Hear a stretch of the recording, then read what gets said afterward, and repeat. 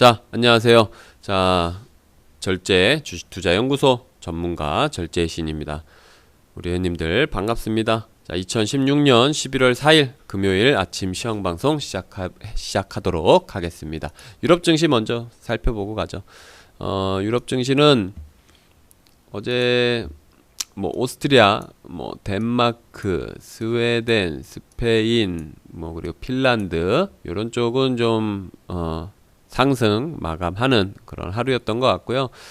영국이라든지 독일, 그리고 이탈리아, 그리고 프랑스 이런 주요 지수들은 좀 약세 마감하는 그런 하루였다. 이렇게 좀 보시면 될 것 같아요. 그 중에 이제 영국이 좀 가장 많이 빠진 케이스가 되겠죠. 어제 영국 같은 경우는 그렇게 나쁘진 않았어요. 근데 나쁘진 않았는데 유럽 증시 이제 전반적으로 좀 보면 금융권, 최근에 좀 금융권주들이 이번 주 들어서 좀 조정이 좀 나왔었는데 어제는 좀 반등을 좀 시원하게 해주면서 좀 하락을 좀 막는 그런 역할을 좀 해줬다. 그렇게 좀 보시면 될 것 같은데 그게 영국은 좀 약했던 것 같아요. 영국은 바클레이즈도 한 1.7% 정도 상승해줬고 로이치 그룹도 한 1.6% 정도 그리고 프루덴셜 한 1% 정도 상승이 좀 나왔는데 요게 좀 미비했다는 거죠. 그래서 지수 영국 같은 경우는 좀 타 국가 대비는 좀 많이 밀렸다. 이렇게 좀 보시면 될 것 같아요. 그리고 유통주들도 어제는 좀 괜찮았고요. 테스코도 괜찮았고, 테스코 우리나라 홈플러스죠. 홈플러스 그쪽도 괜찮았고, 근데 이제 하락하는 원자재 섹터가 좀 조정이 좀 많이 나왔어요. 근데 어제 국제유가가 또 45불을 또 깼지 않습니까? 이 전 저점인 45달러 부근에서는 좀 유지를 해줬었는데 어제 추가적으로 좀 하락이 나오면서 이쪽에 좀 투자 심리가 조금 안 좋았던 것 같습니다. 그래서 BHP 빌리턴이라든지 리오딘토 원자재 섹터들이죠. 대표적으로 이런 쪽이 좀 조정이 나오면서 영국은 좀 하락을 이끌었다. 이렇게 좀 보시면 될 것 같아요. 근데 반면에 이제 프랑스 같은 경우는 은행권, SG 은행이죠. 프랑스의 대표적인 은행, 요게 프랑스에서 시중은행 중에서는 가장, 그러니까 오래된 은행이에요. 오래된 은행. 요쪽이 좀 괜찮았다라고 좀 보시면 될 것 같고, 어제 한 5% 이상 상승이 좀 나왔으니까 굉장히 좀 많이 올라간 거죠. 그리고 푸조도 어제 한 2%, 그리고 BNP 파리바, 그리고 악사, 이런 금융권 섹터들이 전반적으로 1에서 5% 정도 상승이 나오면서 프랑스는 보시면 여기 약보합 마감하지 않았습니까? 그래서 지수를 좀 방어하는 역할을 충분히 좀 해줬다. 이렇게 좀 보시면 될 것 같아요. 거기에 이제 유통주들도 좋았고, 어떤 소비재 섹터들도 어제는 좀 좋았습니다. 까르푸 같은 경우도 어제 좀 좋았고요. 루비통도 어제는 좀 많이, 상승이 좀 나와줬네요. 그리고 좀 약했던 섹터들은 프랑스도 마찬가지고, 원자재 섹터들이 좀 조정이 좀 나왔습니다. 토탈 피나일프도 조정이 좀 나와줬고요. 원자재 섹터들이죠. 그리고 미쉐린 같은 요런 타이어, 자동차 부품주들, 요런 쪽은 좀 조정이 좀 나왔고, 그리고 제약주들이 좀 조정이 좀 나오면서 좀 지수 분위기는 좀 안 좋았다. 이렇게 좀 보시면 될 것 같아요. 어제 전체적으로는 그래도 크게 나쁘지 않은 그런 시장이었던 것 같습니다. 그렇게 좀 보시면 될 것 같고, 그리고 스위스 같은 경우는 좀 약했던 게 제약주 섹터들이 많거든요. 스위스가 론자그룹도 굉장히 좀 큰 제약 이 바이오 쪽으로는 굉장히 큰 기업인데 글로벌 기업이죠. 로바티스도 마찬가지고 이런 쪽이 좀 조정이 좀 나오면서 스위스도 좀 조정이 좀 나온 유럽 전반적으로 제약주들이 좀 약했다. 이렇게 좀 보시고 우리나라도 오늘 제약주들은 조금 걱정을 좀 해야 되지 않을까 좀 싶습니다. 아메리카 지수 한번 보죠. 아메리카 지수는 보시면 전체가 그냥 10%죠. 캐나다 한 0.8%, 다우존스 한 0.16%, 그리고 필라델피아가 한 0.3%, 그리고 S&P 0.4% 정도 조정, 그리고 나스닥이 어제 좀 큰 폭으로 좀 빠졌죠. 브라질이 어제도 좀 급락이 나왔는데 오늘도 좀 급락이 좀 나오는 그런 하루인 것 같습니다. 유럽 증시도 뉴욕 증시죠. 뉴욕 증시도 이렇게 좀 보시면 될 것 같아요. 보시면 지금 나스닥이 좀 가장 많이 빠지지 않았습니까? 나스닥이 빠졌던 이유도 마찬가지, 유럽이랑 마찬가지로 제약주들이 좀 급락이 좀 나오면서 제약주들이 빠지면서 같이 좀 빠진 겁니다. 그러니까 바이오주들, 제약 바이오 섹터들이 하락을 좀 이끌었다라고 좀 보시면 될 것 같아요. 뉴욕 증시 마찬가지. 그러다 보니까 나스닥 뭐 생명공학 지수가 좀 급락이 나오다 보니까 나스닥이 거의 1% 가깝게 좀 조정이 나온 게 아닌가 좀 싶습니다. 어제 그리고 뉴욕 증시에서는 페이스북이 어제 실적이 좀 괜찮았거든요. 페이스북이 뭐 광고 효과도 많이 늘어났고, 그리고 지금 이 미디어 사업 쪽으로 지금 페이스북이 많이 그쪽으로 좀 사업 방향을 돌리고 있는데, 이쪽이 지금 뭐 성장성이 좀 나오면서 매출도 좋아졌고 이익도 좀 좋아졌는데도 불구하고 페이스북이 어제는 5.6% 정도 조정이 좀 나오다 보니까 좀 지수가 좀 약했던 것 같아요. 그러니까 투자 심리가 그만큼 좀 뭐 좋지 않은 것 같습니다. 어떨 때는 어닝 서프라이즈가 나오면 급등할 경우도 있는데, 또 요럴 때는 분위기 안 좋을 때는 어닝 서프라이즈 나와도 사람이 만족을 못 하는 거죠. 네. 욕심이 끝이 없다 보니까.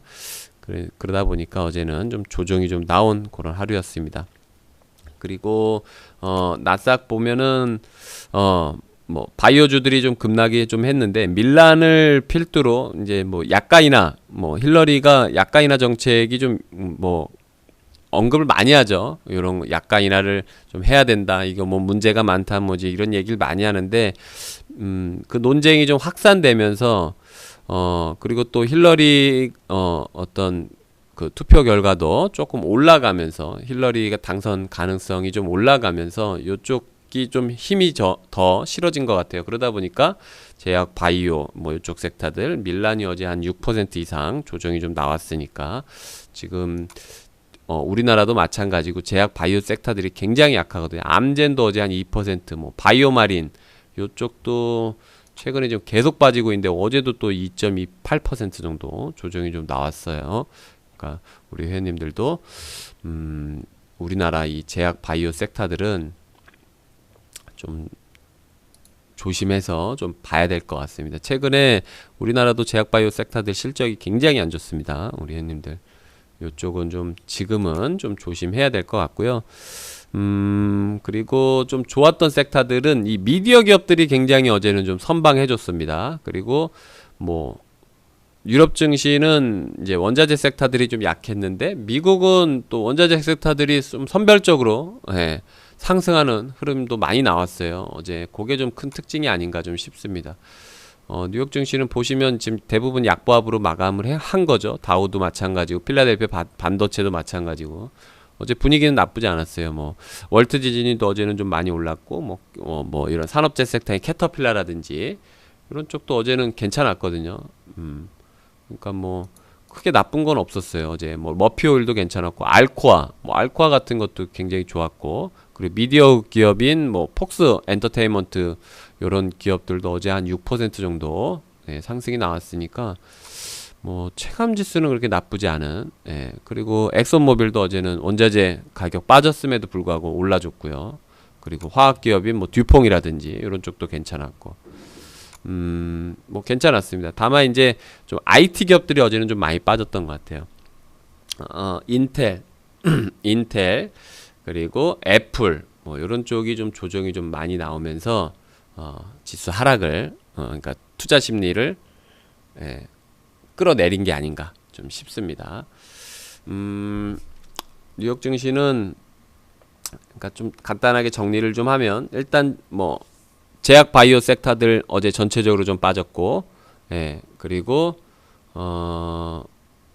그 외 섹터들, 그리고 제약 바이오 빠졌고, 그리고 IT 기업들이 좀 빠졌고요. IT 기업들이 좀 많이 빠졌고, 그리고 그 하드웨어 쪽도 빠졌는데 소프트웨어까지 같이 빠졌다. 이렇게 좀 보시면 될 것 같고, 그리고 나머지 뭐 유통이라든지 뭐 그리고 어떤 이런 미디어 기업들 있죠. 이런 것들, 그리고 어떤 소비재 섹터들, 그리고 일부 원자재 섹터들은 반등이 좀 나오는 그런 하루였다. 요렇게 좀 요 정도만 참고해서 보시면 될 것 같아요. 그 정도만 보면은 뭐 우리나라 투자 전략 세우는 데는 문제 없을 것 같습니다. 자, 아시아 증시 한번 간단하게 보고 넘어가죠. 아시아 증시는 홍콩 상해 종합이죠. 상해 종합이랑 홍콩, 예, 그리고 항생 H, 뭐 홍콩 항생 지수 요런 쪽은 상해는 어째 0.8%, 근데 반면에 이제 홍콩이 좀 약하죠. 홍콩이 우리나라랑 뭐 상관계수가 굉장히 높은 국가인데 요쪽이 좀 약해서 어제 조금 아쉬웠던 것 같습니다. 그리고 그리고 대만, 예. 요즘 하드웨어 쪽이 좀 약한데 대만이 어제도 추가적으로 좀 약세 흐름이 좀 나왔습니다. 9,000포인트를 좀 위협을 하고 있네요. 그리고 일본이 어제는 좀 조정이 좀 나오는 1.7% 조정이 좀 나오는 그런 하루였다. 이렇게 좀 보시면 될 것 같고, 우리나라는 어제 오랜만에 반등이 좀 나와줬죠. 괜찮았습니다. 일본 같은 경우는 어제 좀 굉장히 지수가 약했죠. 전반적으로 다 조정이 좀 나왔다라고 좀 보시면 될 것 같고요. 일본 같은 경우는 뭐 도요타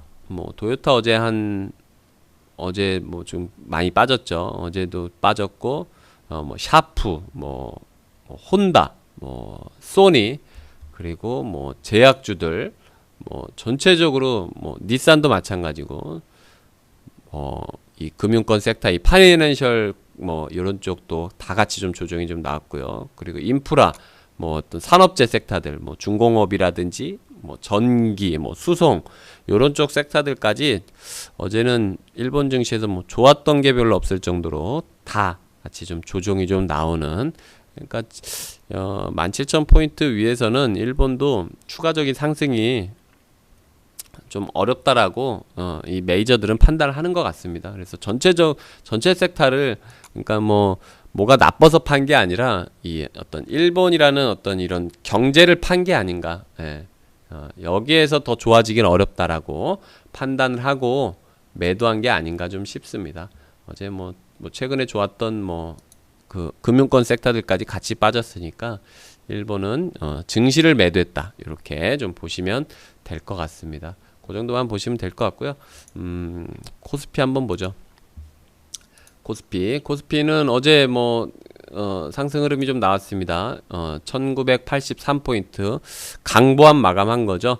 0.25% 정도 상승이 좀 나왔고요. 아직 1300조는 회복을 좀 못한 그런 하루였습니다. 상승 종목 580개, 하락 종목 한 250개, 그리고 외국인들 한 2100억 정도 매도했으니까 아직 외국인들 투자 심리는 회복이 좀 덜 됐다. 이렇게 좀 보시면 될 것 같아요. 기관 쪽에서 어제 좀 많이 사주다 보니까 기관은 지수 어제 전체를 좀 매수한 게 아닌가 좀 싶습니다. 프로그램 쪽도 동반을 하면서 좀 증시 어떤 삼성전자를 제외한 이런 전체적인 산업 골고루 매수세가 좀 유입되면서 체감 지수는 좀 좋았다. 이렇게 좀 보시면 될 것 같아요. 코스닥도 한번 보죠. 코스닥도 어제 한 610포인트를 회복을 못하고 999로 끝났죠. 999 0.6% 정도 상승이 좀 나왔고요. 시가총액은 200조를 넘지 못하고 마감을 좀 했습니다. 상승 종목 한 720개, 하락 종목 한 360개 정도 나왔는데 어제 코스닥도 마찬가지예요. 외국인 기관 쌍매수가 나오면서 개인만 매도했죠.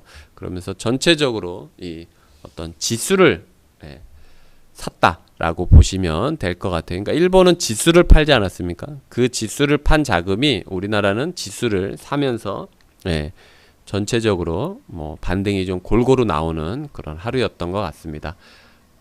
요런 거는 요렇게 좀 보세요. 기술적 반등으로만 좀 보시는 게 나을 것 같아요. 우리가 진짜 좋아지려면 어떤 큰 변화가 있어야 되거든요. 지금 불확실성이 많은 상태에서 개선된 건 없잖아요. 그러니까 다만 많이 빠졌으니까 싸다라는 이제 그런 인식은 있는 거죠. 싸다라는. 거기에 따른 매수세니까 이런 거는 싸다라는 건 뭐예요?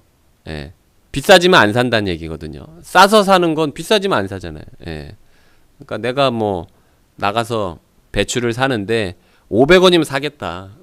근데 700원이면 안 산다 이런 거거든요. 그러니까 뭐 수요와 공급 논리에서 비싸지면 우리가 그 수요층이 떨어질 거 아닙니까? 예. 그러니까 뭐 지금 반등이 나오면 비싸진다는 얘기니까 그러면 또 다시 판단 얘기가 될 수도 있는 거예요. 그러니까 요거는 기술적인 반등으로만 우리가 해석을 하고 이 반등은 길지 않을 것이다. 이렇게 저는 좀 보고 있습니다. 코스닥은 특히 좀 조심을 좀 해야 될 것 같습니다. 자, 아침 시황 주요 뉴스 한번 살펴보도록 하겠습니다. 자, 첫 번째 뉴스. 자, 1위 해운사 머스크 3분기에 순이익이 43% 정도 급감을 좀 했습니다. 뭐 해운사로 치면 머스크가 뭐 세계 1위 회사죠. 근데 세계 1위 해운사가 영업이익이 이렇게 급감했다는 거는 이거는 구조적인 문제예요, 사실은. 예. 구조적인 문제. 근데 뭐 우리나라 지금 해운사들 어려운데 우리나라 뭐 7위 해운사 뭐 한진해운 있지 않습니까? 뭐 파산보호 신청이 들어갔는데 이런 거는 1위도 어려운 이런 어떤 산업들은요. 사실 거의 끝났다라고 보시면 될 것 같아요. 이런 거는 돈 못 법니다, 앞으로도. 예. 그래서 우리 회원님들 뭐 해운 업종들 지금 좀 투기적으로 매매하시는 분들 많은데 좀 조심할 필요가 있지 않을까. 예. 덴마크의 머스크가 순이익이 뭐 한 5천억 정도 기록했는데 이거는 머스크가 굉장히 이 어떤 해운사들 인수합병을 통해서 사이즈가 굉장히 커진 거거든요. 그러니까 규모의 경제가 있는 거죠. 규모의 경제가. 그러니까 그나마도 이렇게 흑자로 흑자 유지하면서 운행이 가능한 거죠. 근데 다른 이런 작은 어떤 해운사들은 굉장히 어려운 구조라는 겁니다. 이게 머스크를 감히 뭐 따라할 수도 없는 거고 이게 얘네들은 순이익이 나서 버티는데 다른 쪽은 적자로 지금 버티기가 어려운 거죠. 그러면 이게 규모의 경제, 우리 반도체가 세계 업체, 디램이 세계 업체가 전 세계에서 다 뭐 해먹는 것처럼 해운사도 요런 구조로 아마 갈 겁니다. 한 1, 2위 정도만 남고 나머지는 다 뭐 매각이 되든지 아니면 파산을 하든지 아마 이런 식으로 갈 거예요. 그래서 우리 회원님들도 해운 업종은 좀 조심할 필요가 있지 않을까 좀 싶습니다. 이런 거는 너무 투기적으로 접근하지 마시고요.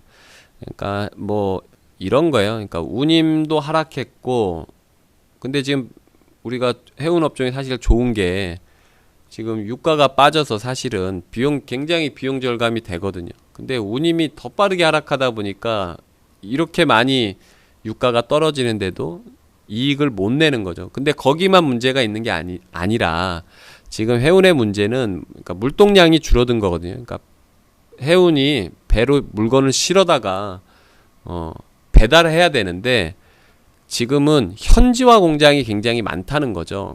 기업들이. 왜냐하면 그 물류 비용을 아낄 수 있으니까. 그래서 뭐 어떤 그 주요 거점인 뭐 요런 곳에 현지 공장을 세워서 유통이 가깝게 유통하기가 좀 편리하게 이런 식으로 지금 뭐 전 세계 공장들이 다 많다 보니까 이런 해운 업종들이 어려워진 겁니다. 그러니까 이거는 구조적인 문제고요.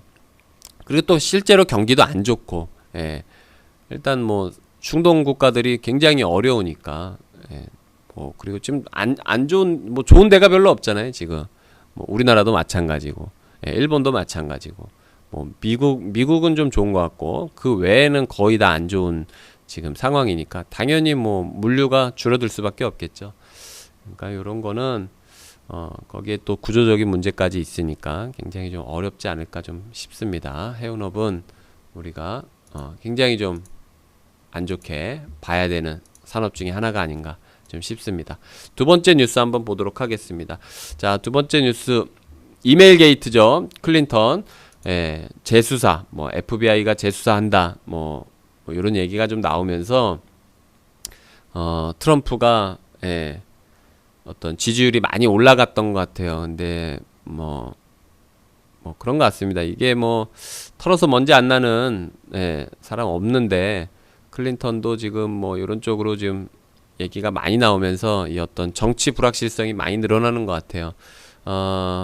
진짜 안팎으로 조용한 어떤 날이 없는 것 같습니다. 우리나라도 지금 뭐 정치적인 악재가 굉장히 많은 상황인데 미국 쪽에선 트럼프를 굉장히 정치적인 악재로 지금 보고 있거든요. 그러니까 트럼프가 지지율이 올라가면 올라갈수록 좀 불안한 거죠. 근데 이런 게 좀 이렇게 잠잠해지면 힐러리가 어떤 당선이 되고 그러면 미국은 일단은 어떤 정치적인 불확실성은 좀 일단락 좀 될 것 같습니다. 근데 요거는 저는 뭐 FBI가 뭐 지금 뭐 조사 뭐 확대한다고 얘기 나오는데 글쎄요, 이건 나와봐야 알겠지만 지금 현재까지는 뭐 증거 불충분 뭐 이런 얘기도 많이 나오고 있거든요. 그래서 뭐 이거는 조용히 좀 넘어갈 수도 있지 않을까 좀 싶습니다. 뭐 당선되고 난 다음에 뭐가 나오더라도 그때 좀 나왔으면 좀 좋을 것 같아요. 그래서 미국은 좀 너무 크게 걱정 안 하셔도 될 것 같고, 만약에 힐러리가 당선이 안 되면 좀 조심을 좀 해야 되지 않을까 좀 싶습니다. 그건 이따가 한 번 더 얘기를 하죠. 자, 세 번째 뉴스. 국민연금. 자, 1조 원 투입. 뭐, 위기의 중소형주 살릴까, 뭐죠, 요런 얘기 좀 나오는데, 국민연금이 뭐, 중소형주 살린다고 1조 원 투입해서 주가 회복 기대하시는 분들이 있을 것 같아요. 근데 그 기대하지 마시라고 제가 지금 이 뉴스를 갖고 온 겁니다. 지금 뭐 제약 바이오 많이 빠지고, 그리고 사드 문제 때문에 뭐 이런 엔터주들이라든지 미디어, 그리고 중국에 수출했던 뭐 드라마, 음악, 뭐 이런 관련주들이 있죠. 이런 거 안 좋고, 뭐 카지노도 마찬가지고 지금 중국 관련주들이 안 좋은데, 이게 뭐 어떤 단순한 그냥 문제가 아니라는 거예요. 그러니까 이게 불확실성이 지금 굉장히 많은 상태거든요. 근데 이게 뭐 1조 원 투입한다 그래서 이게 뭐 분위기가 갑자기 좋아지고, 뭐 국민연금이 있으니까 뭐 내 뒤는 안전할 거야, 뭐 이런 식으로 시장에서 뭐 환호하고 그러지 않는다는 거죠. 그래서 이런 뉴스는요, 사실 기대할 필요가 별로 없어요. 그러니까 코스닥이 지금 뭐 700포인트에서 지금 한 600포인트까지 뭐 거의 한 두 달간 15% 가까이 조정이 나온 거거든요. 근데 이런 거 기대하면서 뭐 희망을 갖고 뭐 그러지는 않았으면 좋겠습니다. 우리 회원님들 아시겠죠? 좀 조심할 필요가 있을 것 같아요.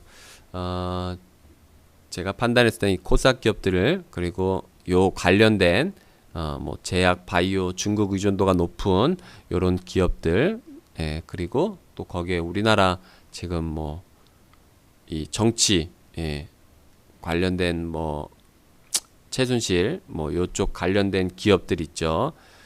다 좀 조심을 좀 해야 될 거예요. 이거는 구조적인 문제라 단순히 우리가 유동성으로 해결할 수 있는 문제가 아니라는 거예요. 그래서 우리 회원님들 이런 쪽 관심 갖지 말고, 우리가 냉정하게 기업을 판단을 해서 투자를 좀 해야 될 것 같습니다. 자, 네 번째 뉴스. 자, 트럼프 대통령 되면 혹은 제2의 브렉시트 또 나오면 금리 인상 못할 수도 있다. 지금 이런 뉴스가 나온 거죠. 근데 그런 거 아니라면 금리 인상은 막기 어렵다라는 얘기입니다.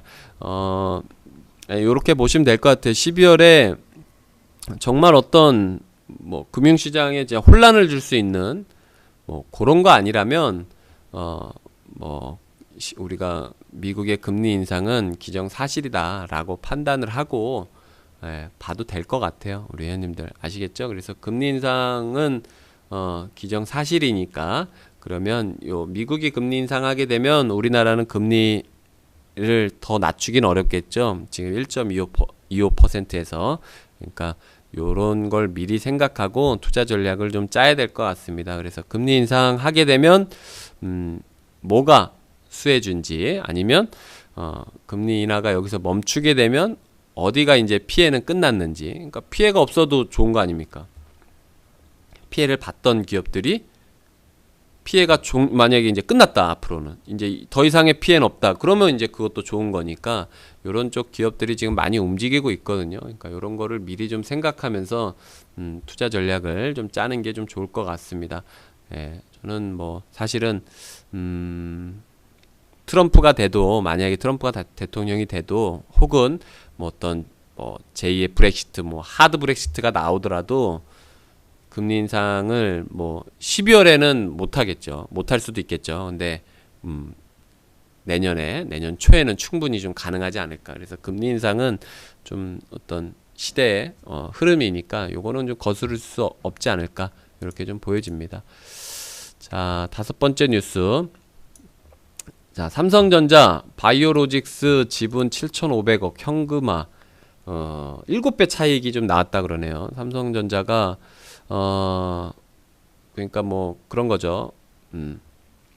지금 삼성전자가 바이오로직스 지분 갖고 있는 걸, 예, 지금 내놓는 거거든요. 구주 매출로. 그러니까 구주 매출이 뭐냐면, 내가 원래 취득한 주식을 우리가 일반 공모로, 그러니까 청약으로 내놓는 거예요. 그래서 우리 국민들이, 아니면 일반인들이, 예, 그러니까 살 수 있게끔 공개적으로 파는 거를 뜻하는 거거든요. 근데 요게 삼성전자가 지분을 좀 내놓는다라는 얘기입니다. 그래서 그 차액이 한 7배 정도 차액이니까, 그러니까 쉽게 얘기하면 1,000억 투자해서 지금 7,000억 번다는 얘기죠. 그러니까 완전히 땡큐죠, 삼성전자 입장에서는. 예, 그러니까 우리 회원님들 지금 삼성 바이오로직스 뭐 공모 청약, 예, 뭐 올해부터 뭐 난리인데, 예, 이제 지금 청약 들어갔거든요. 근데 요거는 저는 뭐 이렇게 보고 있어요. 소문난 장치에 먹을 게 별로 없다. 그래서 그렇게 막 우리가 지금 제약 바이오 섹터들이 지금 분위기가 안 좋은데, 바이오로직스가 과연 어떤 프리미엄을 많이 받고, 제 아무리 삼성 바이오로직스라고 하더라도 프리미엄을 많이 받고 하기는 어렵다. 그리고 만약에 프리미엄을 많이 받고 어떤 상장을 한다면 지금 같은 상황에서는 급락이 나올 것이다. 저는 그렇게 봐요. 지금 제약 바이오 섹터들이 제일 안 좋거든요. 실적이 제일 안 좋습니다, 이쪽이.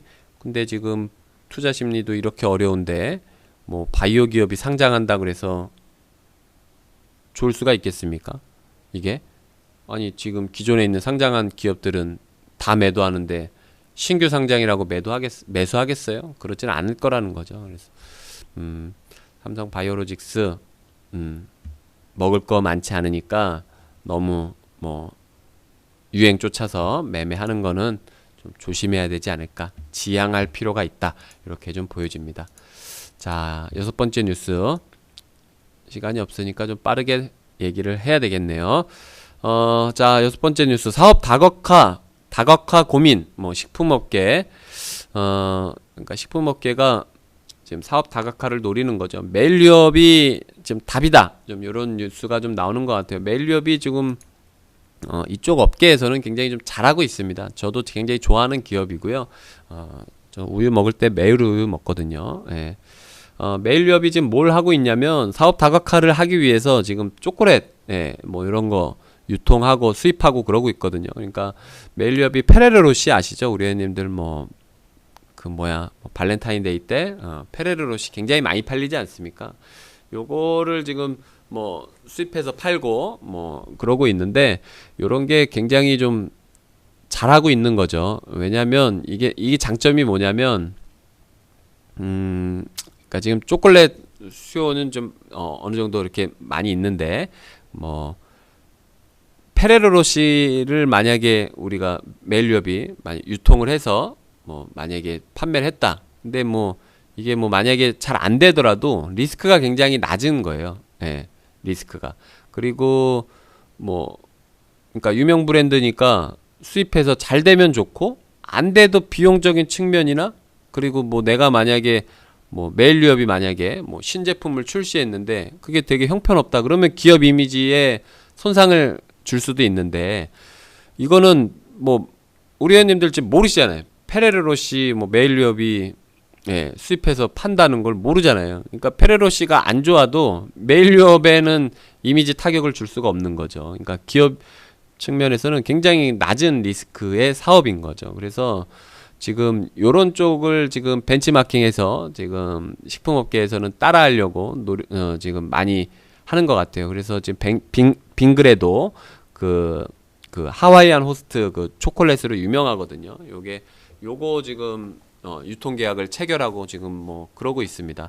그래서 식품업계들이 지금 하나 사업만 하면은 지금 굉장히 지금 소비도 안 좋고 되게 경기도 어려우니까 안 좋은데 이런 사업 다각화를 통해서 어떤 새로운 이 신성장 동력을 좀 마련하려고 이제 하는 것 같은데 저는 굉장히 이게 좀 긍정적인 것 같아요. 그러니까 멜리업이 지금 페레로로시 매출이 한 1,000억 정도 되거든요. 연간 매출이.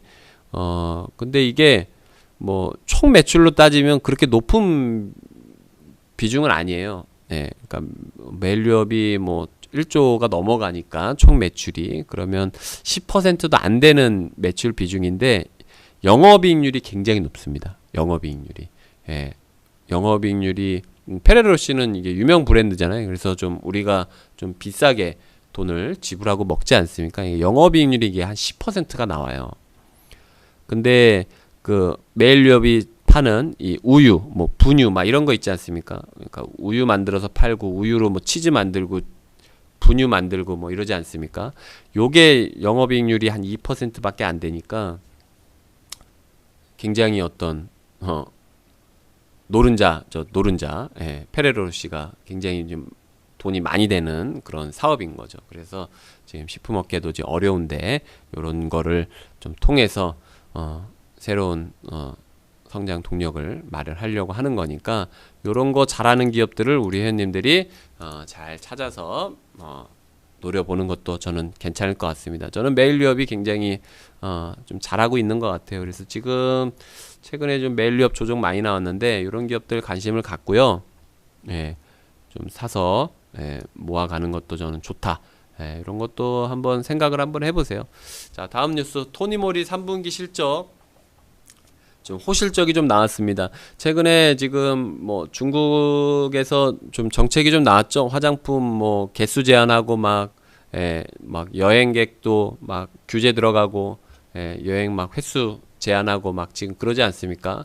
지금 중국에서 우리나라 경제 제재를 좀 많이 가하려고 하고 있는데 그러다 보니까 뭐 화장품주들 최근에 좀 많이 급락하고 막 그랬습니다. 근데 중소형주 중에서는요, 저는 토니모리는 굉장히 좀 좋게 보는 회사거든요. 우리 회원님들 이런 쪽 관심 갖고 좀 보시면 좋을 것 같고, 대형주 중에서는 당연히 이제 아모레퍼시픽이 좋은 회사고, 중소형주 중에서는 토니모리를 좀 굉장히 좀 좋게 보고, 우리 회원님들도 많이 싸졌을 때 관심을 좀 가져야 될 것 같습니다. 토니모리가 무상증자 통해서 뭐 주주 친화 정책도 하고, 그리고 어떤 기업 설명회를 통해서 이 세상과의 소통을 굉장히 투명하게 하려고 굉장히 어떤 뭐 깨끗한 뭐 윤리 경영을 하려고 노력을 많이 하는 것 같아요, 이 기업이. 그래서 우리 회원님들 이런 기업들은 좀 관심을 갖고 좀 장기적인 성장이 가능하지 않을까. 저는 토니모리가 굉장히 좀 큰 기업이 될 수도 있다라고 좀 보여집니다. 그렇게 좀 보시면 좋을 것 같아요. 자, 8번째 뉴스. 중국 15년 뒤면 본격 중상층 사회 열린다. 참 이런 뉴스가 좀 나왔습니다. 중국이 그러니까 뭐 15년 안에 이루어진다는 거죠. 중상층 사회가. 뭐 충분히 가능한 얘기죠. 지금 중국이 뭐 전 세계에서 인건비 가장 뭐 빠르게 오르는 국가 중에 하나 아니겠습니까? 그리고 지금 뭐 그전에는 이제 양적 성장을 했었다면 이제는 이제 질적 성장을 많이 하고 우리가 어떤 뭐 이런 공장 증설이나 뭐 어떤 뭐 새로운 산업들 막 이런 거에 투자를 많이 했다 그러면 이제는 국민들의 어떤 삶의 질을 높이는 그리고 어떤 이런 소비 이런 쪽의 시장으로 지금 많이 중국의 정책들이 변하고 있지 않습니까? 이런 것들만 보더라도 15년 안에는 뭐 충분히 뭐 중국의 어떤 뭐 삶의 질이 저는 충분히 좀 좋아질 수 있다. 이렇게 좀 보여집니다. 우리가 그러니까 투자를 할 때 중국이 굉장히 인구가 많잖아요. 그러니까 중국인이 잘 사라지면 뭐가 좀 좋아질 수 있겠느냐. 요런 거를 좀 판단을 좀 잘해서 투자를 하면 그러니까 중국이 중상층 사회가 열리게 되면 어느 기업들이 과연 성장을 하겠느냐. 이런 거를 우리가 잘 판단해서 장기 투자를 좀 해야 될 것 같아요. 예. 근데 이런 거는 우리나라가 1990년대에서 2000년으로 넘어가면서 어떤 생활 패턴이라든지 소비 트렌드가 어떻게 변화했는지를 좀 보면은 중국인이 어떻게 소비를 할 건지를 우리가 예측해 볼 수가 있겠죠. 이런 거를 참고해서 좀 보시면 좀 좋지 않을까. 일단은 우리나라가 그전에는 그냥 많이 먹고 배불리 먹고 그러면 좋았는데 지금은 좋은 거 먹고, 예, 좀 하나 먹더라도 이렇게 좋은 거 먹으려고 그러고, 예, 또 많이 먹는 거보다는 또 소식하려고 그러고, 그 외에 이제 또 운동 많이 하려고 그러고, 여행 다니는 거 좋아하고, 어떤 그런 것들 많지 않습니까? 삶의 질이 좋아졌을 때 사치품도 많이 사게 되고, 금융 서비스도 많이 이용하게 되고, 그리고 과거에는 우리가 한 10년 전만 하더라도, 한 15년 전, 2000년 초반만 하더라도, 4명에서 5명 중에 한 대가 자동차가 있었거든요. 우리나라 국민. 예. 그러니까 5명 중에 한 대 자동차 있었는데, 지금은 한 2.5명 대 한 대 정도 있거든요. 그러니까 그럼 자동차 수도 그만큼 늘어나는 거고, 예. 그리고 여행 많이 다니고, 그리고 우리나라가 내국인 카지노가 2000년에 생겼으니까, 강원랜드가. 우리나라 사람들도 이제 이런 거, 카지노 문화 같은 것도 즐기게 되는 거고, 그런 거죠. 예, 요런 것들이, 그리고 지금은 이제 또 건강기능식품들 많이 챙겨 먹지 않습니까? 건강이 우선이니까. 그리고 어떤 병원 진료, 건강검진, 이런 것들 많이 늘어나고, 피부 미용, 이런 것들 관심을 많이 갖게 되고요. 요런 것들이 중국의 어떤 중상층 사회의 장기적인 테마가 될 것이니까요. 우리 회원님들 그런 거 관심을 갖고 좀 보시면 좋을 것 같아요. 마지막 뉴스 한번 보죠. 9번째 뉴스, 방산업계 최순실 직격탄, 주가 폭락, 멘붕이다, 좀 이렇게 얘기가 나오는데, 방위산업체들 최근에 좀 많이 빠졌습니다. 한국형 전투기죠. 예, 사업에 한국형 전투기 사업에 최씨가 개입됐다. 지금 루머가 나오면서 하나테크인도 굉장히 많이 빠졌고, 우리나라 대표 방산기업인 항공우주 이런 것도 굉장히 많이 빠졌고, LIG 넥스원 이런 산업, 이런 기업들 최근에 좀 많이 빠지고 있습니다. 근데 방위산업은 이런 국가기관 산업들은 어떤 우리가 흔히 들을 수 있잖아요. 방산비리 이런 거. 근데 이런 거는 비리가 좀 많은 사업일 수도 있어요. 예. 그러니까 이런 거는 지금은 우리가 까서 뭐가 나올지 모르는 거니까 좀 조심할 필요가 있다. 저는 좀 그렇게 보여집니다. 그래서 최순실이랑 엮이는 이런 산업들이 있죠.